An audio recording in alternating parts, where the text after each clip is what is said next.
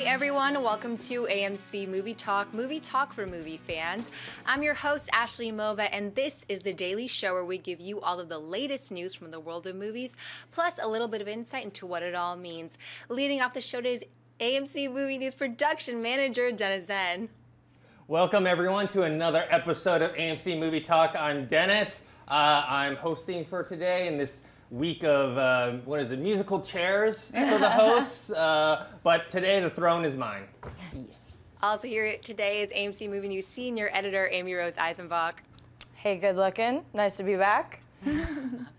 Also at the table is AMC's very own Miri Jetikin.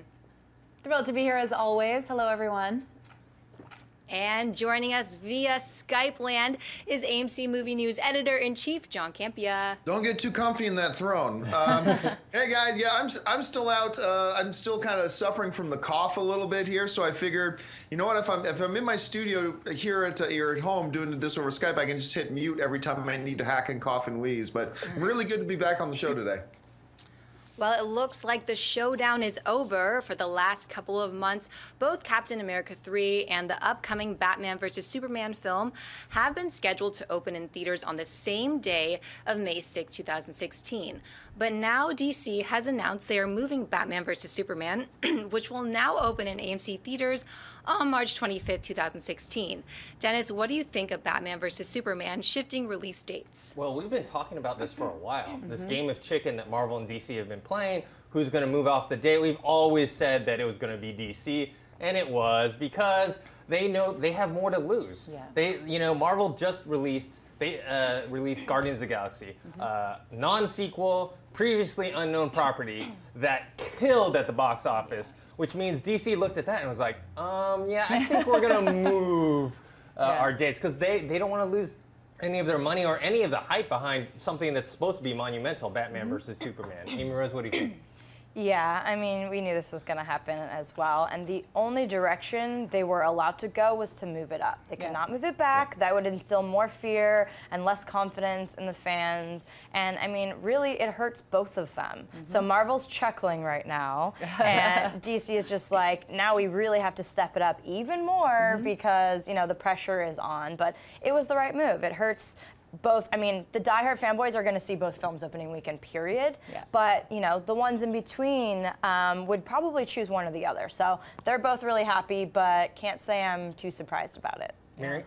Yeah, I also think it's smart because it's moving up so early in the year. I think it's like this summer movie season is not summer anymore. We see blockbusters coming out now. It started with, it was in May, and then it was in April, and now it's March. So let's just call every time of the year that's not award season, blockbuster season, which I think is great. John, what are your thoughts? Well, I mean, look, you're right. We have said this forever, that one of them was going to move. Was I fascinated by the concept of what would happen if Captain America 3 and Batman v Superman opened on the same day? Yes, I was as fascinated as anybody by that. But we knew one of them was going to move, and let's be honest, we've been saying for a while it was going to be DC. Had Batman v Superman and Captain America 3 gone head-to-head, would Batman vs. Superman have won the box office that weekend? Yeah, they would have won the box office that weekend. But they also would have been hurt. And it would have been hurt badly by Captain America 3 because Captain America 2 was just so unbelievably good. And let's be honest here. DC and Warner Brothers needs Batman vs. Superman to be not a hit. It has to be a colossal blockbuster. They need this to be huge, more than Marvel needs Captain America 3 to be huge. Marvel could have taken a hit with Captain America 3 and they would have been fine. Batman vs. Superman could not take a hit. They need this to be huge. They need it to be big because they're trying to reestablish this whole cinematic universe. Is it cowardly? I'm having a lot of people tweeting me and asking me, was it cowardly of DC to move off the date? No, it wasn't. This was the smart move. This was the right move. And I agree with Amy Rose completely. Moving it ahead was a much better move than moving it backwards because now you get out in front of things, you get to open your movie first, you get to set the standard, and Amy Rose is 100% right. Had they pushed it back to say August, October or something like that, it would have been perceived as more weakness. This was a smart move for WB and all around just the right thing for them to do. All right, Ashley, what's next? In other DC news, we've been waiting for WB to bring us more of their amazing characters to the big screen, and now that is finally happening as they have announced 9 additional release dates for future DC movies. No titles have been revealed to go along with those dates, but there will be 2 films releasing every year through 2020, starting in 2016. Amy Rose, your thoughts on DC's 9 announced release dates? Can I get a slow clap? It's just like, finally, you know, we're seeing the balls that we've been wanting them to display all this time. And, you know, a lot of people are like, well, these have been announced, but there's no titles locked to it. But Marvel has been doing that for a long time now. And we aren't really questioning what they're intact because their track record is better. Well, this says, you know, a couple things to me. One, that they do have a plan. We saw the whole Nikki Fink report before, and we saw the potential titles, which might prove to still be the real deal because there were several titles there too.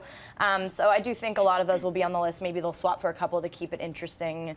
But yeah, it just makes me happy. And this is, you know, a very large undertaking for a studio that's not shown us much to date. But at the same time, you know, to actually have this down, you know, which could shift, but for now, let's give them the benefit of the doubt. To have them down every, you know, 2 films releasing every year and like up till 2020, which is outrageous to think that their slate's going to be planned. They're going, all right, Marvel, we came to play, and we do have a plan. So now they can lock those amazing directors. They can lock the rest of the cast because they have a plan. So I'm really thrilled about this, and now show us a little bit what you have planned because we want those titles. I can't get tremendously excited about this, not yet. Now, you're right. I mean, the one thing I've always criticized WB for has been the lack of a plan. And this is a really good sign. Look, 2 movies a year, that's great. It shows that they've got some enthusiasm, they've got some confidence, they've got a plan. However, I can't get terribly excited by this news just yet. Why? Because DC announcing dates doesn't mean much to me. Just last year, hey everybody, we're bringing you Batman vs. Superman in the summer of 2015. Yay! And then a couple of months after that is, did we say summer of 2015? We meant May 6th, 2016. Yay! And now yesterday, did we say May 6th? We really meant March 2016. Yay! DC, Marvel, Warner Brothers, DC and Warner Brothers giving us dates means nothing right now to me. I mean, I am enthusiastic. This is a good sign. Pardon me, 2 movies a year, great. I love it. But until we start to see some things really firmed up, it's my belief that next week Warner Brothers could put out another press announcement saying, oh, did we say 2 movies a year? We meant 1. They just don't have a very good track record right now on this. Still, overall, it's a pretty good sign. It says they at least have a plan. Mary? Me? Yes. Is it me now? Yeah. Great. Yes, I am more enthusiastic than you, John. I think this is a step in the right direction. I also think that there is no way that Warner Brothers is going to catch up to Marvel at this stage, and I think they're taking steps in the right direction.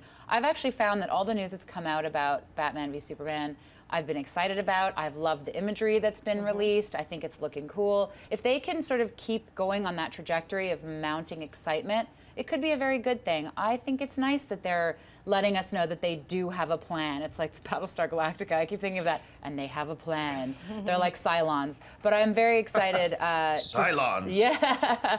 I'm excited to see what they're going to announce next, because now that they have this slate, all the fans are going to be saying, well, now what? So what's next? So what are you releasing that you haven't told us yet? Like you said, they might switch things around to keep it interesting, but I don't know. I think it's good news. I think they're taking steps in the right direction. I think that's the thing people are wondering. What are they going to release? When is that Batman solo film coming out? When is the Wonder Woman standalone? Are they going to do Flash? Are they going to do Green Lantern? And if you look at the dates, there's actually one for August 5th in 2016, which is right after Batman v Superman, which means they need to announce that one pretty soon and start working on that one pretty soon. If they're not already, right? Exactly. So what is it going to be? Yeah. Do you think they're going to announce a Wonder Woman standalone before we see how Gal Gadot is perceived as Wonder Woman? That's risky. If it's the one in 2016, they have to. Yeah, I don't think they're going to start with Wonder Woman. I think Who do you think they're going to start with?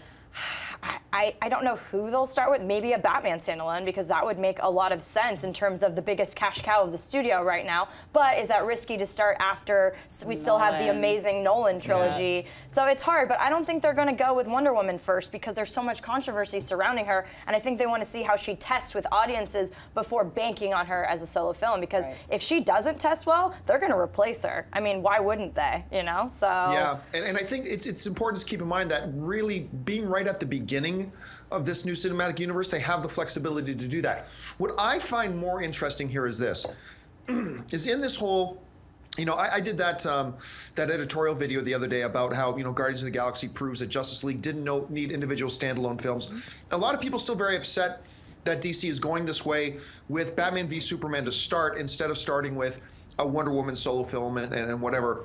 But what I find really interesting about this whole 9 new films being kicked off with Batman versus Superman, look, we all agree, everybody, even the biggest DC fanboys agree, Marvel is 7 laps ahead of Warner Brothers and DC right now. Maybe 10. But I firmly, maybe 10. But I firmly believe this. If Batman v Superman is awesome, now that's a huge if, but if Batman v Superman is awesome, I'm going to tell you, in one movie, they caught up. If Batman versus Superman is awesome, this is the movie we've all wanted to see for 20 years. They put this out and completely crush it and knock it out of the park with Batman v Superman. Now you have Marvel with this huge slate of films in front of them, and you've got DC with a huge slate of films in front of them. And I'm telling you, in one movie, DC can completely catch up in this race. If it's amazing. If it's not, then it's back to square one. But I think this opens up a lot of really interesting possibilities. All right, now on to the buy or sell segment. Ashley, what do we got? With the massive success of the first Lego movie, making almost $470 million worldwide, it should surprise no one that 4 more Lego movies are on the way. Lego's Ninjago, which is set for release on September 23, 2016, and the Lego movie sequel, which will debut on May 26, 2017, are now being joined by 2 additional Lego movies that currently do not have titles on May 25, 2018 and May 24, 2019. Miri, buy or sell 4 new Lego movies being in development? I feel like this is the Warner Brothers day today. We're like just talking about Warner Brothers. Yes, I buy this. I loved the Lego movie, first of all. I think Lord and Miller did such an amazing job, and obviously it was a huge financial success. I also think the Lego universe is such an incredible one to build out into a franchise because it's so ubiquitous. People all over the world love Lego, and now that the Lego movie has come out, it's proof that people will go see a movie about Legos if it's well made and it's smart. What I think is going to be interesting to see is how are they going to create a voice for the franchise that is cohesive throughout every single entry into the franchise, because the Lego movie is so specific. It has such a specific zany voice. It's so irreverent and so funny and so clever.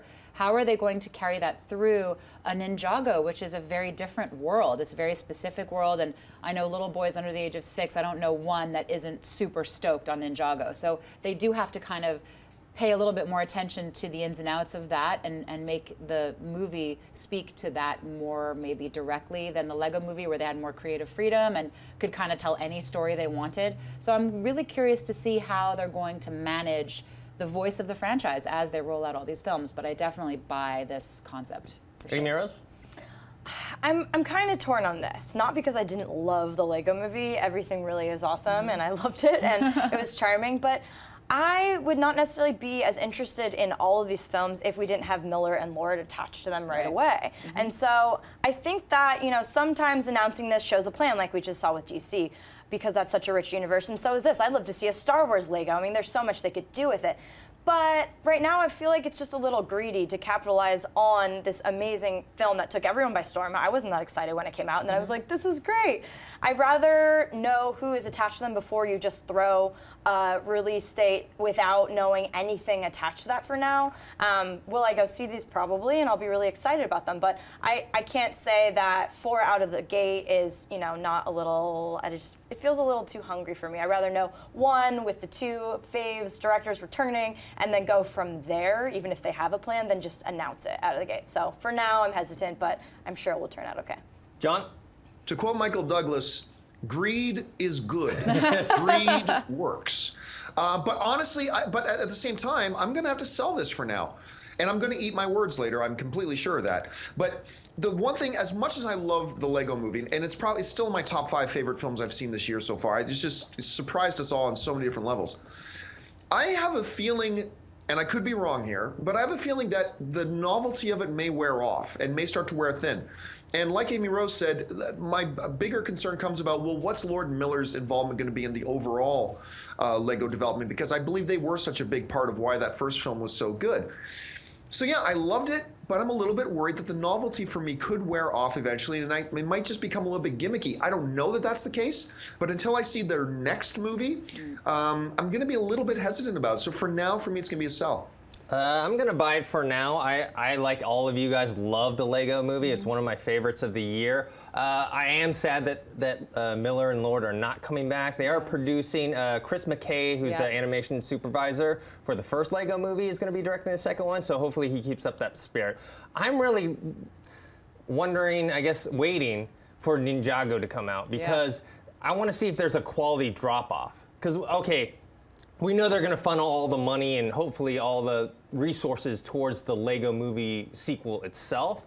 Is the Ninjago and all the other spin-offs going to suffer because of that? Because if it's a spin-off, we don't know if they're going to actually put in the money. Or is the Ninjago, maybe that's just for the kids, you know? Because this Lego Movie that just came out, that was definitely for kids and adults. So that's what I'm concerned about. Well, that goes back to what I was saying about how are they going to manage the voice and make it cohesive? Because you're right, they're like Ninjago is totally different than what the Lego Movie was. So how are they going to kind of make it feel like it's part of a franchise, you know?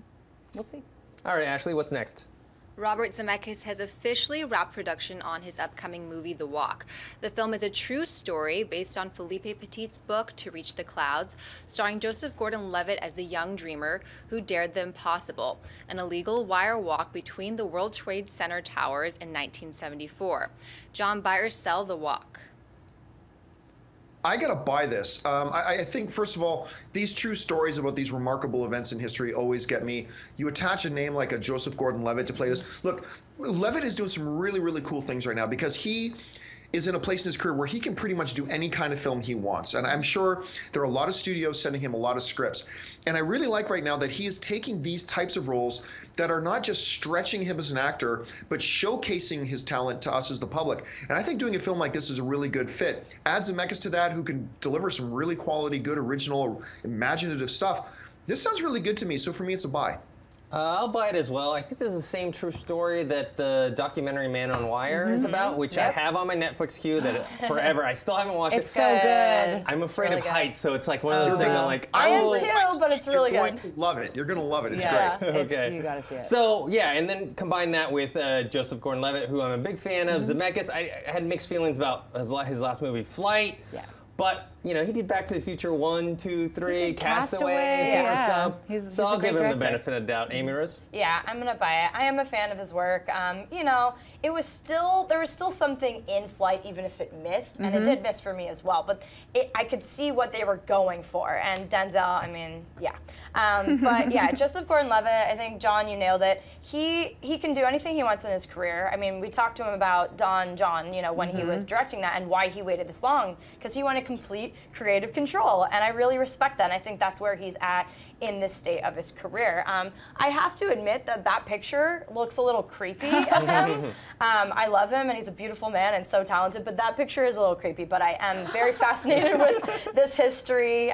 The documentary is fascinating, and yeah, I think it sounds really good. You don't like his hair in the picture? It looks a little creepy, I'm not gonna lie. Miri? I'm going to buy this haircut and all. First of all, interesting little tidbit. Today is actually the 40th anniversary of that day where he did that walk across between the two World Trade Center towers. It was August 7th. So a little bit of trivia for you guys. But this was shot in Montreal, which is my hometown. And I love seeing films that are shot in Montreal because I always like to point out, oh, I know where that is, know where that is. It's just a silly little thing. But I think this is a really exciting story. I think Zemeckis is actually a great director for this kind of story, even though he's had some misses, there's no question. I think he's really good at character drama, and I think this is going to be that. I think Joseph Gordon-Levitt is a great choice. He's got the physicality of the guy from Man on Wire, Philippe Petit. He looks like him. He kind of is skinny and wiry himself. So I feel like he works physically for the part, not just because he's a great actor. So I buy this 100%. All right, Ashley, what's next? Several new character posters for the upcoming Hunger Games: The Mockingjay Part 1 have hit the web, showing various characters from the movie in gray clothes standing in front of a District 13 wall. The most interesting poster is that of Elizabeth Banks' character, Effie. In the books, Effie is not present in District 13, and this poster could mark a major change from the novel. Dennis, do you buy or sell that this poster is telling us that Effie's story will change and that she will be in District 13? Oh, I definitely buy the story change. I mean, if she's not in the book in the books in District 13, they wouldn't have this poster out here. I mean, it's probably because Effie was a popular character in the movies. It's played by a popular actress, Elizabeth Banks, and they said, okay, might as well just change it up and bring her back in. I like that she's kind of like slumming it, though. You know, she's wearing all the gray clothes. She has little pieces of colorful flair here and there, but overall, no clown makeup to her face. Whoa. So I definitely buy it. Amy Rose? Yeah, I'll buy it as well. I love this trilogy. I definitely read the books, and they're really strong. And I'm actually okay with them splitting into two because that last book was filled with so much that they could really translate in different ways. And it is intriguing, as someone who has read it, that they might alter the story. I did read a couple months ago that they were looking at doing that, and Elizabeth Banks is so loved at this character, so it makes sense to capitalize on that. I just hope they don't change it too much. Third was definitely not my favorite in the trilogy. It was my least favorite, but it was still filled with a lot where I thought it was really solid. So I do think that this does indicate, and many people didn't even realize there was a District 13, so they're already kind of teasing what you can expect this trilogy to embody in the next one. So, Miri? Yeah, I'll buy this for sure. I think, you know, there's a lot of, we were talking about this before we went on the air, that there's a lot of book purists that get upset when things are changed, but you have to remember this is an adaptation. It's not, we're not making the book literally page by page into a movie. That would be a terrible movie. So I think we have to have a little bit of faith in the filmmakers. They've done right by us so far with the Hunger Games films, and I feel like they're probably making some smart choices that are going to make the book come to life in film a little bit better for audiences that maybe haven't read the books. So. John, what do you think? Yeah, I mean, I say this all the time. The goal in making an adapted movie, the goal is not be as true to the source material as possible. No, the goal is make the best movie possible. And in the film so far, we've got this really cool character in Effie that they've used really well. She brings, and I'm not just talking literal and in the physical, but she brings a splash of color to the whole series, to the whole film when she's on screen, when her presence is there.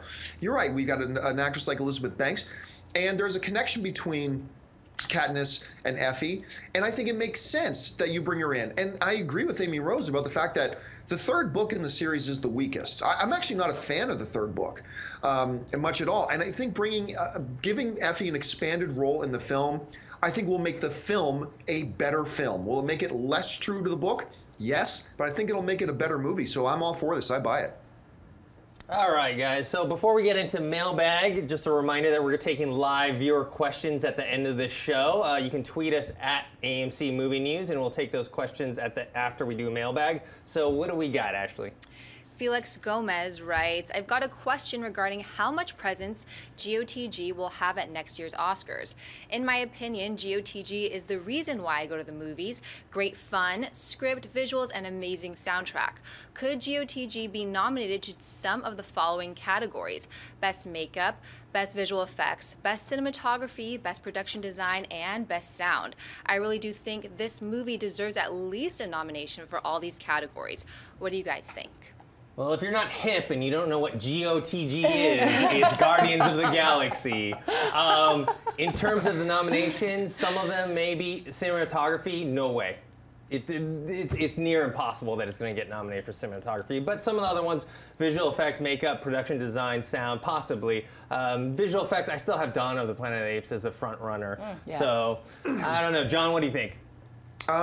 I think you're right on all counts. Dawn of the Planet of the Apes is definitely the front runner for visual effects. But could it be nominated? Sure. Could Guardians of the Galaxy get nominated for that? Sure. Cinematography, I don't think it'll get a nod for cinematography. Of all the great things and amazing things about Guardians of the Galaxy, the thing that stood out to me the most was not their cinematography, so that's fine. Nothing wrong with the cinematography. Sound design. I'm so glad you mentioned that, because that is actually one of the things that I walked out being blown away by. I actually did think the sound design in the film was amazing. But here's the tricky thing about the Oscars. Everybody always thinks, oh, I mean, if this thing's costumes were a 9 out of 10, that means it deserves a nomination. Remember, it's not about whether you deserve a nomination or not when it comes to the Oscars. It's about how there are films that are going to be in that race. And there's still just too many films to come out this year to sit here and say, Guardians of the Galaxy deserves a screenplay nomination. Because you can only say it deserves it when you're comparing it to all the other screenplays that it's actually going to be going against. And we haven't gotten into Oscar bait season yet. That's still to come. So while I agree that right now, if the Oscars were being held tomorrow, yeah, I'd nominate it for sound design. I'd nominate it for visual effects. I'd nominate it probably for makeup and costuming. How good did Yondu look? I thought he looked amazing. But it's just too early to call because we don't see what it's going to be compared against yet. Mary? Yeah, I agree wholeheartedly with everything that's been said thus far. I think we have to also remember that the Academy is a board of voters, basically. It's a body of voters that decide. And that there's a demographic there. I think it's changing, but you know, one of the complaints that fans of these kinds of movies, of Guardians of the Galaxy and superhero films and genre films have always had, is that the Academy isn't great at recognizing the excellence that comes out of these films. I hope that that's changing. I think it is. I think as the Academy starts to bring younger members in and you know, different kinds of people in, and there's a diversification that happens, it's changing things. I do think that, like John said, it's a little early to start really deciding who deserves, but it is fun to kind of talk about this film did have Oscar caliber effects. It had Oscar caliber makeup. So I think it's going to be interesting to see the next, you know, 5 months of the year and see what comes out and what's going to maybe challenge both Dawn of the Apes and Guardians for these kinds of categories. Amy Rose? Yeah, I just think it shows the level of where comic book films are going. I definitely think that it could be nominated, but as you guys mentioned, it is really early. They didn't release this in August to be an Oscar contender hopeful. I mean, that was not the intention, you know? Like, that's not when you release films hoping for that. But I just think, you know, again, it shows the state of where we're going, the kind of talent. Look at Robert Redford in a Marvel film. I mean, we're just raising the stakes, so it's not just being recognized by this core group of people, but more mainstream now. So I do think it's a possibility, but you know, as we talked many times on the show, there is a formula to the Academy picks, and at least for cinematography, they tend to go a little more art house or giant, you know, like the Spielbergs of the world, or epics. You know, epic. So, and not to say that Guardians is not epic, because it's pretty epic, but it's a different kind of epic. So I do think that makeup and sound and those kind of, you know, categories would have visual more of a chance. And I'd be happy with it. All right, Ashley, what's next? Chris Warden writes, hey guys, you all rock, keep up the great work.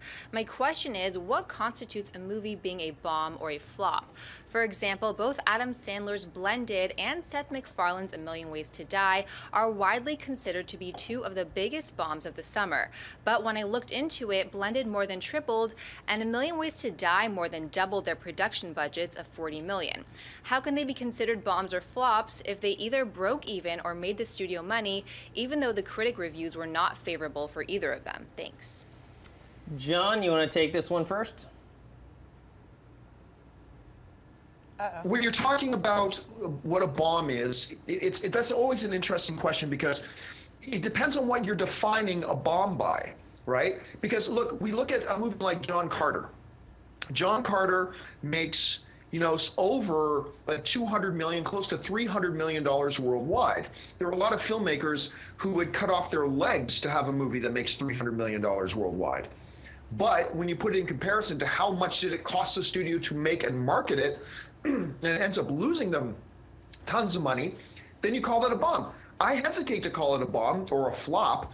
Was it a financial bomb? Yes. But was it a flop? I don't know. An awful lot of people went to go see it. Then you look at a movie like Blended. The movie, it's an Adam Sandler with Drew Barrymore movie that only made a little over $100 million worldwide. That can't be considered good.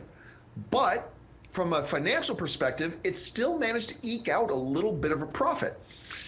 Million Ways to Die in the West, that's a flop however you want to cut it. I mean, it was critically panned. The fans didn't like it. It lost the studio money, and it's all that kind of stuff. But it really comes down to, how do we define, what do we say is a flop? Is it a flop only if it lost the studio money? Is it a flop if only X amount of people go to see it? Because there are some films that will say, that movie was a huge success, and it made $100 million, but they made the movie for $5 million, and we call it a huge success. Then we say John Carter, one of the biggest flops in Hollywood history.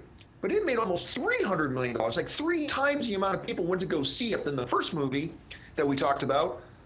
But it cost them $250 million to make it, so they lost money. It really depends on how you define it. But no, Blended wasn't a flop. It made money. It was a disappointment for the studio, but not a flop. A Million Ways to Die in the West, any way you cut it, that was a flop. Miri?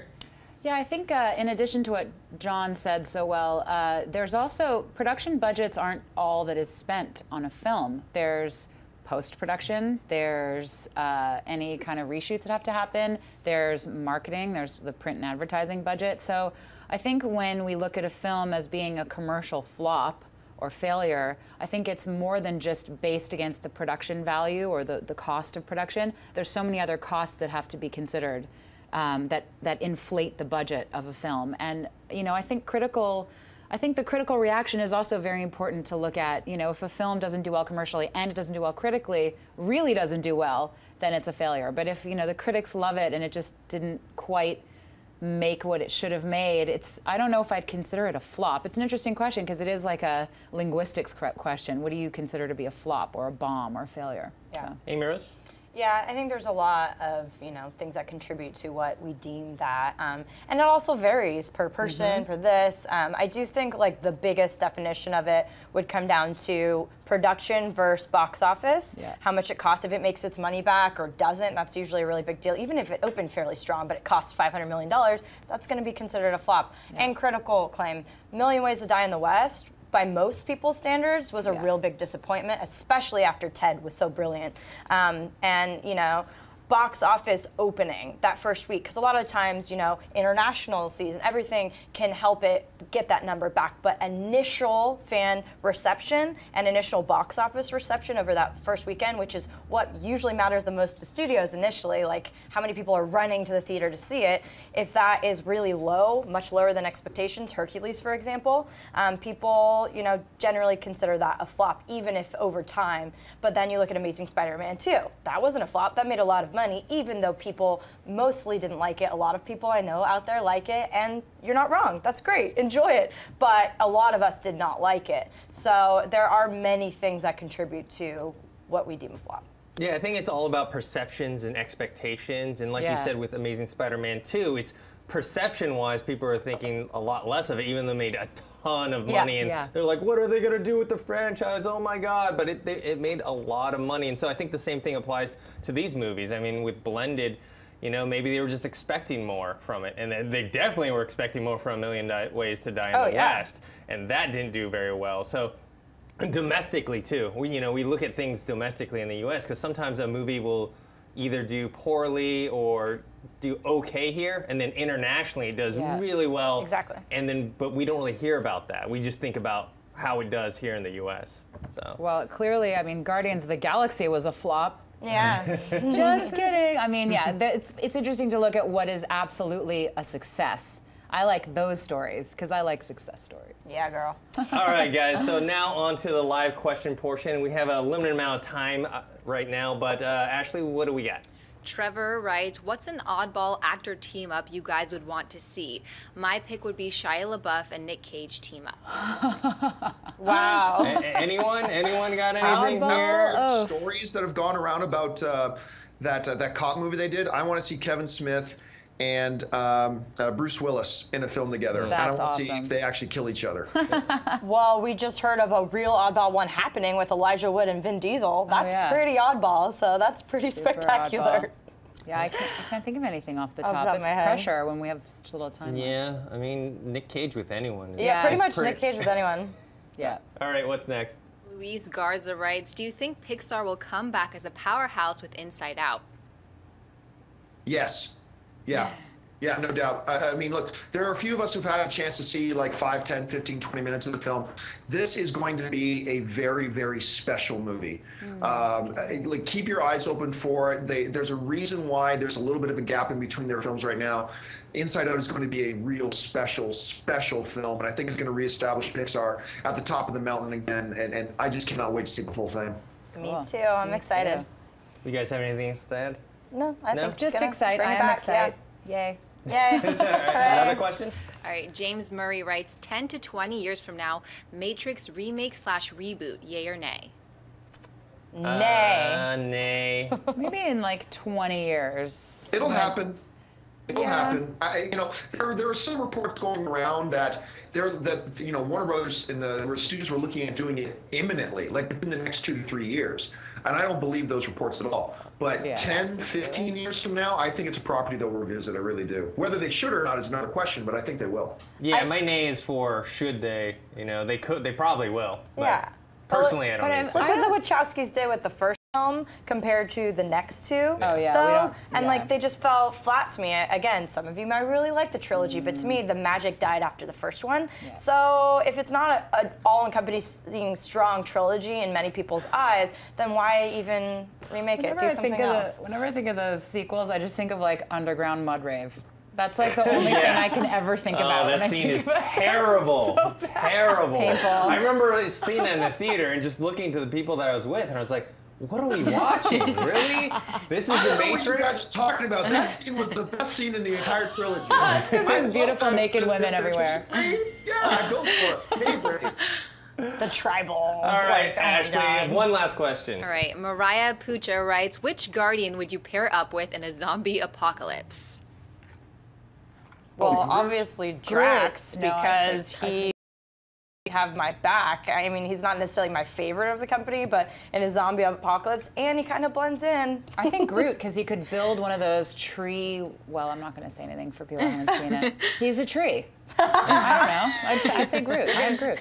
I think Groot could take out like 20 zombies in a single slash. Which So is- I go with Yeah, I say Groot. I'd go with Groot or Drax, but I don't know. I don't want to spoil. I was going to say something, but I don't want to know, spoil it's hard anything in the hard to answer movie. the But Star-Lord would be the best company and keep me smiling the Yes. longest. So. But then he Wink, would wink. die because he'd be like trying to chase like some, whatever, like something caught his eye and then leave you alone. He wouldn't last Well, too long. the thing is, his defense would be down. The problem here, Amy Rose, is that Star-Lord would get his attention away from the attacking zombies and be trying to hit on you the whole time. Which So- I'm okay with. That's fine. Might as well go down swinging, you know?